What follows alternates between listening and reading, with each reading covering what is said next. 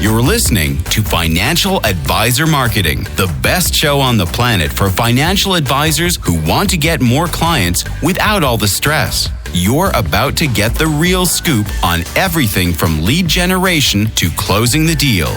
James is the founder of theadvisorcoach.com, where you can find an entire suite of products designed to help financial advisors grow their businesses more rapidly than ever before. Now, here is your host, James Pollard. This week's podcast episode is inspired by an Inner Circle member who sent me an email asking if I could talk about creating a simple business plan, preferably a one-page business plan that's similar to one-page financial plans. And I thought that was a wonderful idea, so I'm going to do it. And if you haven't subscribed to the newsletter, go ahead, go to theadvisorcoach.com/coaching. Let me get it out of the way. Go ahead and sign up for that. Every month that passes without you being subscribed is another pile of opportunity cost added to the mountain you already have. And with business planning in mind, I think it is a mistake to complicate your business plan. I've read a lot of biographies and I've watched a lot of founder interviews, and it seems to me that when the topic of business planning comes up, it's common for people to say that they scribbled their idea on a napkin or they outlined their plan very briefly and then went to market. I think that's important to note for two reasons. First, your business plan shouldn't be complicated. And two, you should focus on execution. Yes, I mean you should actually do stuff. The greatest plan in the world doesn't mean diddly squat unless you do something with it. But you should have some sort of plan. I don't want you to wing it. I don't want you to fly by the seat of your pants. Even if it's scribbling something out on a napkin, 1, 2, 3, and you're done, at least have something written. One of my favorite quotes is that failing to plan is planning to fail. You already know this if you're creating financial plans for clients, but what about creating a business plan for your business? According to a survey conducted for FA Insights by Design, only 17% of financial advisors have developed strategic plans for their businesses. Think about this. It means that 83% of financial advisors are out there making plans for their clients without having plans for their businesses. Oh, the irony. But have no fear. James is here, and I am going to help you in this episode. Although, I want to restate this so it's clear. This is going to be a one-page business plan. As such, it's going to be very simple. It's going to require that I take a broad overview of the topics. If you're someone who is going to whine and complain about how you're not getting the nitty-gritty details, then please stop listening now. Do us all a favor. Just stop this because it's only going to make you mad, and I don't want to call the wambulance for your crying. Got it? Good. Now, I want you to imagine, get a picture in your mind, one sheet of paper. We're going to divide it into several sections, and the first section is going to be your perfect vision for the future. If everything went right in your business, what would it look like? How much would you work? How many clients would you have? How much money would you make? How would you feel about your business? Let your mind wander. Don't put any limits onto your thinking. If you want something, write it down. There are lots of goals that seem outlandish but end up getting accomplished. Do you think billionaires set goals to have a multi-billion-dollar net worth? Yeah, probably. Do you think Olympians write goals like, hey, I kind of sort of want to win an Olympic gold medal? Yeah, that's probably a goal that they've written down somewhere, and people likely laughed at them and told them that they weren't being realistic. Just let go and accept whatever it is you want. Your outlandish goal is going to be laughable to someone else. You saying, oh, I want a $5 million net worth is laughable to someone out there.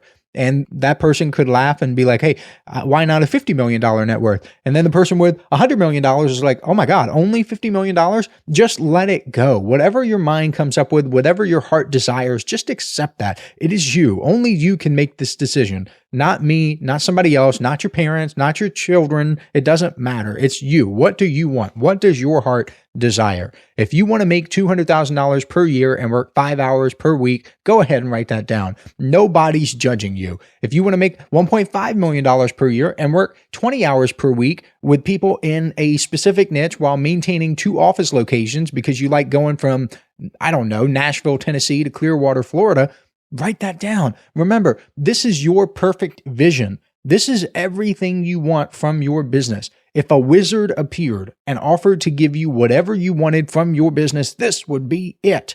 And I don't have the time to discuss all the intricacies of this, but the reason I want you to write this down, it must be written down, is because our minds are cybernetic mechanisms that seek out our written goals. Just like a heat-seeking or technically infrared-seeking missile will home onto jet engine exhaust, your brain will home onto your goals. It will slowly but surely get you where you want to go. It might not get you all the way there, but it'll get you on the right path. And I would rather get halfway to a massive goal, something that I really want, than all the way to a small one, something I didn't want or don't want.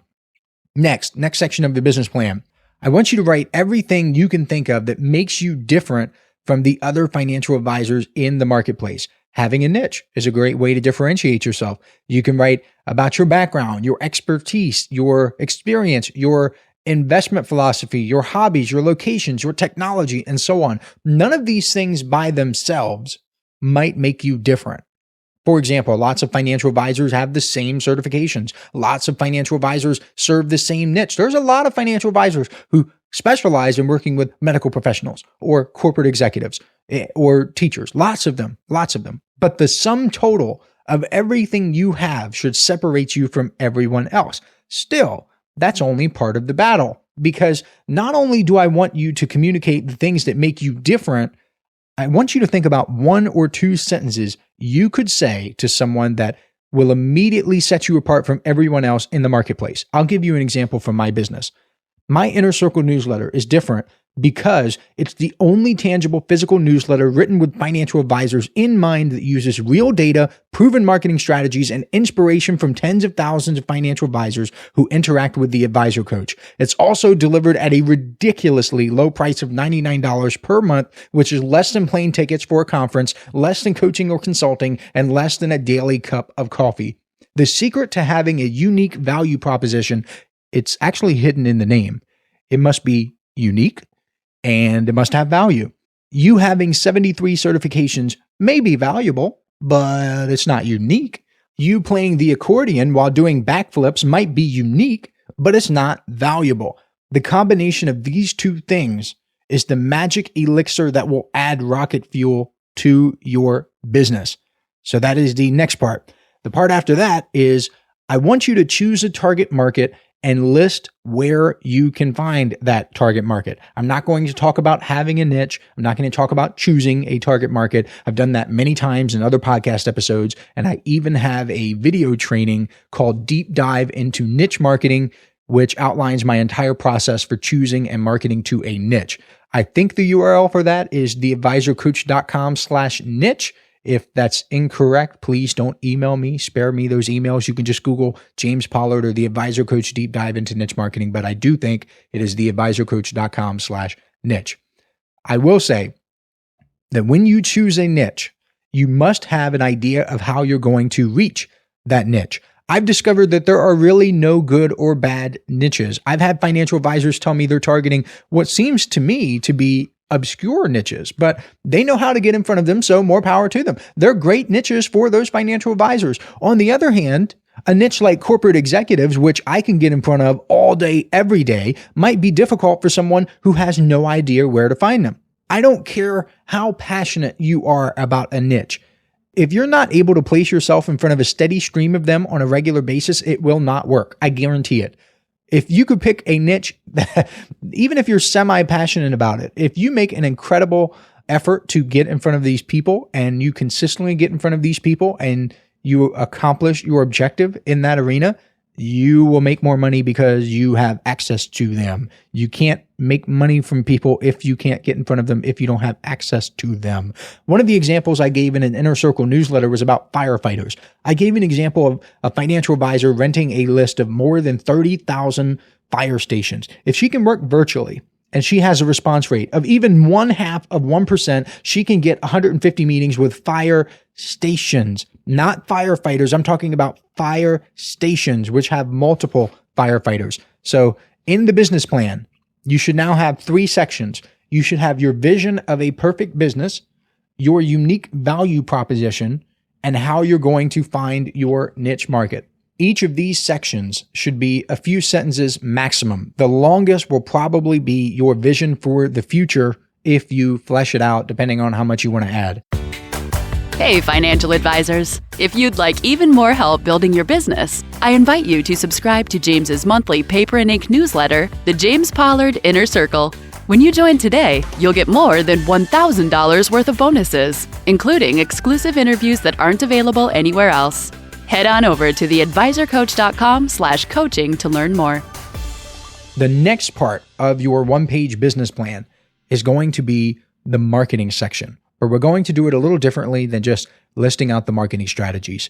We're going to divide the paper into two sections, one on the left and one on the right. On the left side, you're going to write outbound marketing strategies. And on the right side, you're going to write inbound marketing strategies. There are lots of marketing secrets, and I'm using secrets as finger quotes here. And sometimes I think talking about stuff as a secret is kind of gimmicky, but this is definitely a secret that's hidden in plain sight. When you think about the evolution of growing a business, you realize that you must have an ecosystem of outbound and inbound marketing strategies. It can be no other way. And I'm not going to talk about specific tactics because I have more than 170 podcast episodes at this point. If you want to learn about content marketing, go back and look for the episodes with content marketing in the title. If you want to learn about webinars, look for the one with webinar in the title. Like, I have podcast episodes about this stuff. But I want you to understand that if you start a business right now, you have no inbound marketing channels. Like, by default, you're not just going to spring something into existing with an inbound marketing strategy or an inbound marketing channel. Let's say you do nothing but inbound. Do you have the cash to survive until those strategies pay off?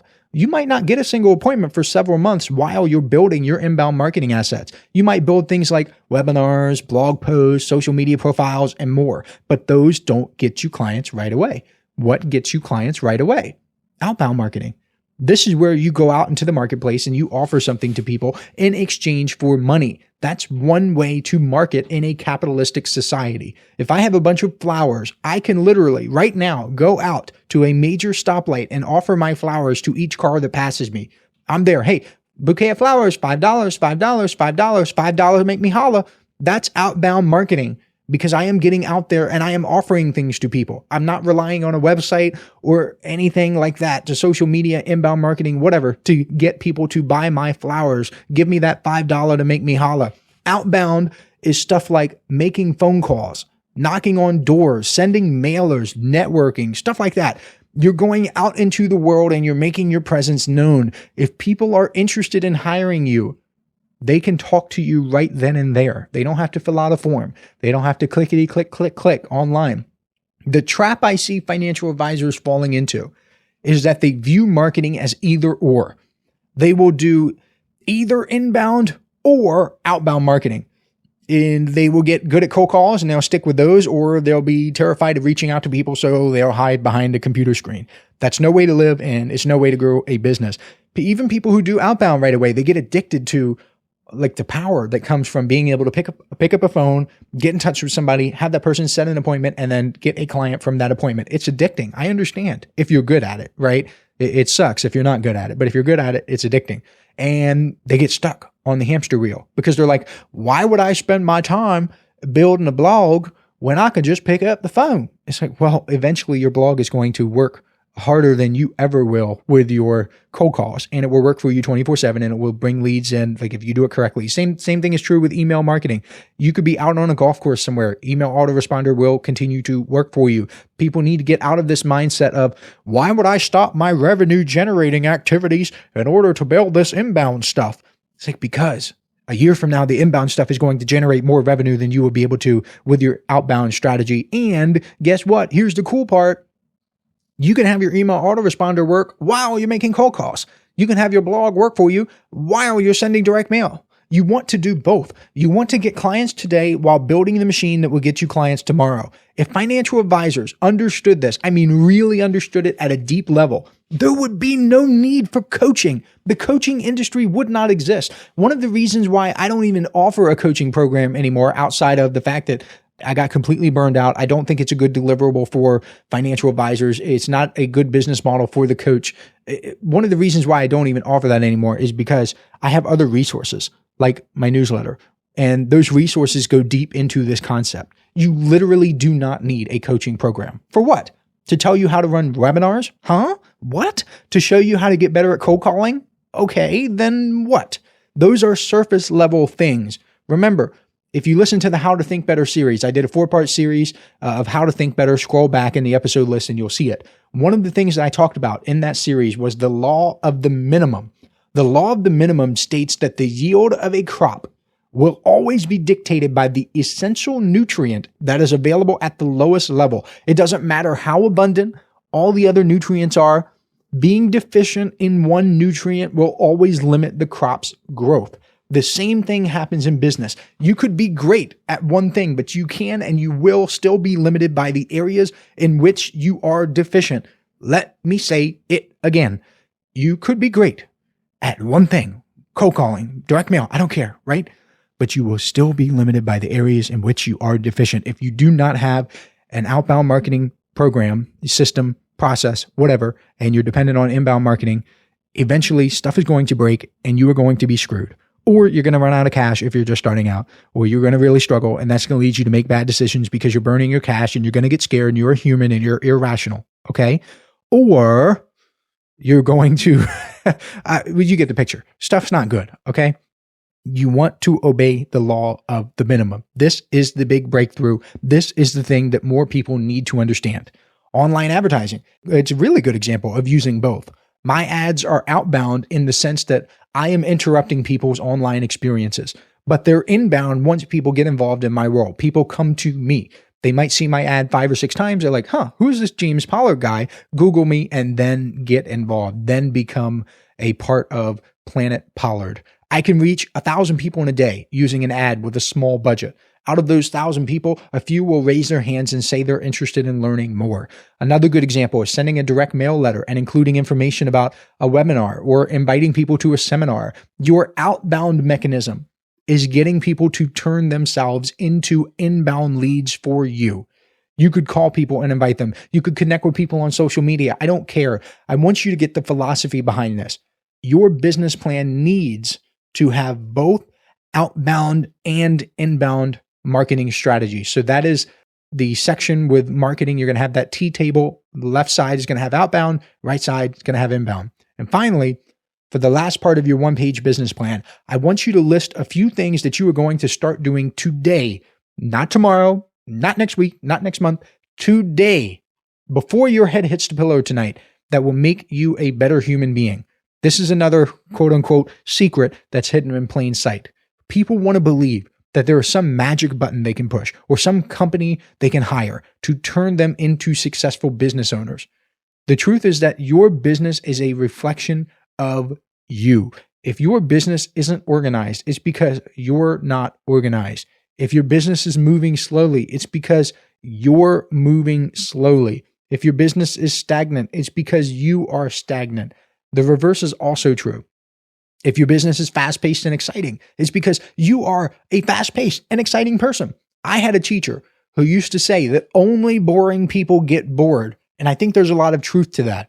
And if your business is a reflection of you, which it is, then the way to make your business better is to make yourself better. What books are you reading? What are you feeding your mind? Are you exercising or are you sitting on the couch every night?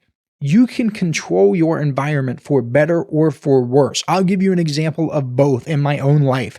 In 2021, I had some of the best food I've ever eaten. I ate like a king pretty much all year. I had Nashville hot chicken, Chicago deep dish, the New York pizza, New Haven pizza, all the great food. I had these wonderful salads that were from California. I had the hogfish from Florida when that was in season. I ate and ate and ate, but I got fat.